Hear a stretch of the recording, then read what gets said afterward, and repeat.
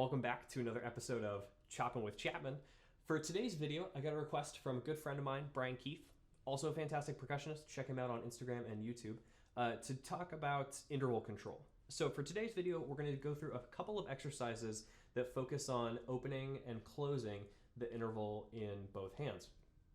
Unfortunately, I'm primarily a Stevens player, so if you are a Burton grip player or a traditional grip player, I apologize for the talk about the mechanics of doing this. I'm not going to have much insight, but hopefully you can still get something out of the exercises presented here. So before we get into the exercises, let's talk a little bit mechanically about what's happening when we open and close this interval in 4 mallets.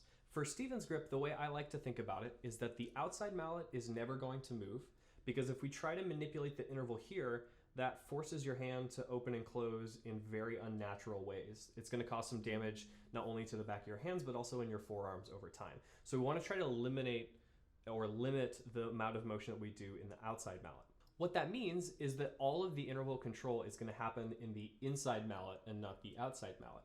Now, what I'm thinking about here, technically speaking, is I'm thinking about pushing and pulling with this fulcrum created in the index finger and thumb.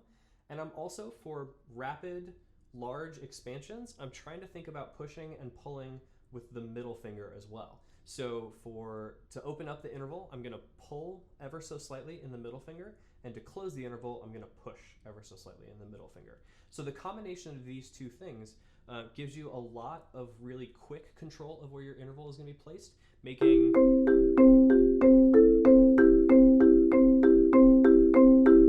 rapid interval expansions and contractions way easier. So now, getting into some of these exercises, the most common ones that I recommend that you start with are just basic interval opening and closing, like you'll see, for example, in the double vertical section of Lee Howard Stevens' method of movement. And also what I see a lot is these very basic like scalar exercises. So you start with mallet 3, and then you just walk up the scale all the way up to the second octave in mallet 4, but you keep mallet 3 where it is. So for example, C, D, E, F, G, A, B, C, and then same thing in reverse, C, B, A, G, F, E, D, C. Just really basic scalar up and down the keyboard is a really great place to start when you're practicing these basic intervallic motions. That being said, however, I find that when I'm playing music, it's very rare that the intervals just change by step. There's a lot of leaps, there's a lot of jumps, all that different stuff. So for today's exercises, we're going to go through a couple more advanced variations of those basic interval opening and closing, and we'll talk about some different ways you can maneuver those. So to start, we're going to do the same basic idea as we just talked about in that scalar exercise, except instead of just going straight up and down the keyboard, we're actually going to play a scale in thirds.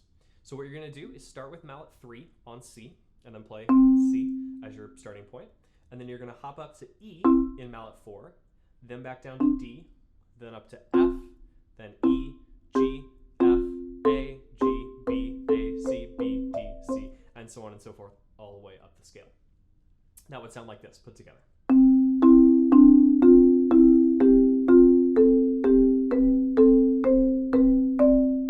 Notice that now I'm not only focused on contracting by a step, I'm also focused on expanding the interval by a leap this time, or a jump. I never actually learned the difference. I think leap is a third, jump is anything else. I'm not actually sure, but more than a step, basically. So you get used to a little bit more of these real-world applications of interval switching. You can also try the same thing in reverse, starting in C in the highest octave, and go C, A, B, G, A, F, G, E, and so on and so forth. Cool, so all put together, just up and down the keyboard, the first part of this exercise is going to sound like this.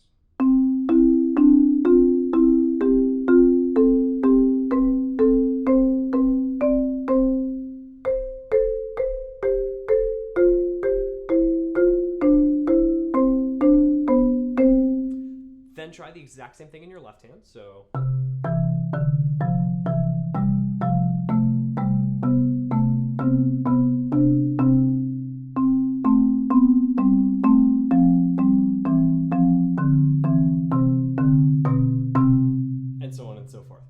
once you get comfortable with that, you can then play the same thing in both hands. Now, this is where things start to get tricky, because like we talked about, the inside mallet is going to be the only one that's actually switching intervals. But you'll notice when you put these together, in the left hand, the inside mallet is changing. In the right hand, the outside mallet is changing. So in the right hand, not only are you focused on how big is my interval going to be, where does my hand have to be placed in relationship to this outside mallet in order to actually get the correct interval. So both hands together would sound like this.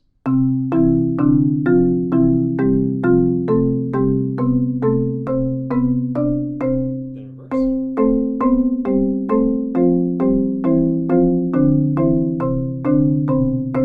So the next thing to try with that exercise, and we talked about this in a previous video, but essentially anytime that you have a quadruple stop, which means all 4 mallets coming down at the keyboard, you can then replace that quadruple stop with any 4-note permutation to kind of fill some of the space there. So what you can try is the exact same shapes around the keyboard, still working in thirds, except this time we're going to use this permutation, 1, 3, 2, 4, to maneuver around these different switches. So that would sound a little bit like this.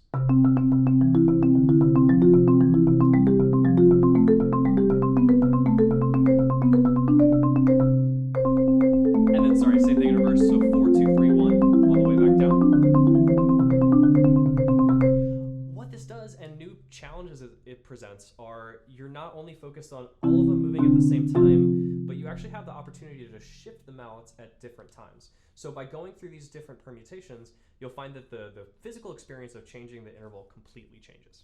Great, so now that you've run this scale in thirds exercise through quad stops, a few different permutations, and of course played it in all 12 keys, you can also try to expand your intervals a little bit farther by playing scales in fourths, scales in fifths, and so on and so forth. I tend not to go farther than fifths because at the highest octave, that requires you to play an 11th, which hopefully you'll never ever have to play in real music. I can think of very few examples where I need more than a 9th or a 10th, so that might be a little bit too far. But if you want to practice that, that will make your octaves and tenths and so on and so forth a lot easier. Awesome. So now that you've gotten comfortable moving through these different kind of jump or leap exercises, the next thing that we're going to talk about is focusing on moving the mallets independently of one another. Oftentimes in pieces it's not so cut and dry in terms of like, okay, now my fifths go to fourths and so on and so forth. There's going to be a lot of manipulation of where your individual mallets have to be. So this next exercise just focuses on getting comfortable with each individual mallet moving. So what you're going to do is you're going to start on E and G, which is going to serve as our 3rd and 5th of the chord. Big surprise, we're starting on a C major arpeggio, like always. So the first step is you're going to take that E and G, and then you're going to walk mallet 3 down to a C, and you're going to play that 4 times, like so. If you're thinking about these as 8th notes, that would be 1 and 2 and 3 and 4 and, okay? So we're just getting comfortable with that mallet 3 moving back and forth. Next step is you're going to take the same starting position, except this time mallet 4 is going to hop up to C while mallet 3 stays where it is, like so. This time, again, just getting comfortable with opening that interval and adjusting the forearm to place the mallets where they need to be in order to strike those notes correctly. So the first 2 bars would sound like this.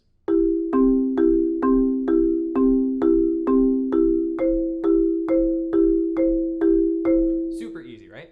Now, the next step with that is we're going to play that exercise in 4-2-1 format. We've talked about it in a previous video, but just to recap, 4-2-1 means you're going to take the patterns, you're going to play each one 4 times, and then twice, and then 1 time. There's a short tag at the end of this that we're going to include, but we're going to start with just that 4-2-1 format. That would sound like this.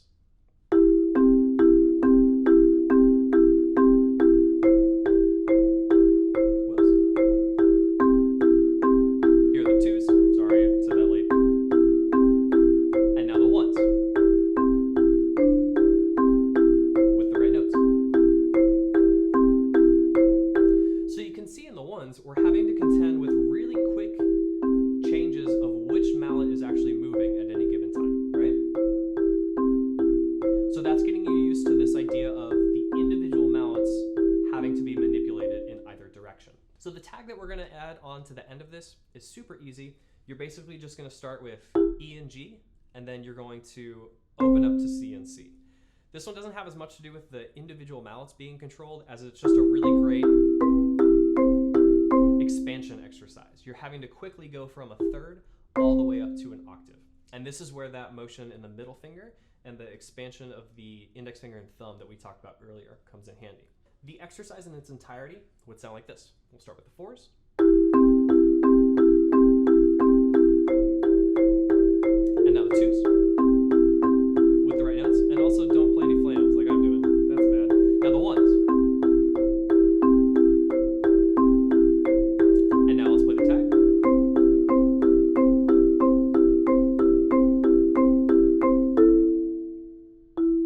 So you can already see that we're building a lot of control over where our mallets are going to be at any given point.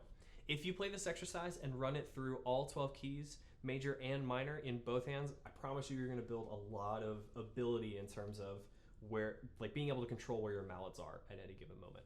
And lastly, just as an added challenge, we're going to run that exact same exercise through some of the permutations that we talked about earlier, replacing the quad stops with 4 notes. So to start, we're going to use 1, 3, 2, 4, like so.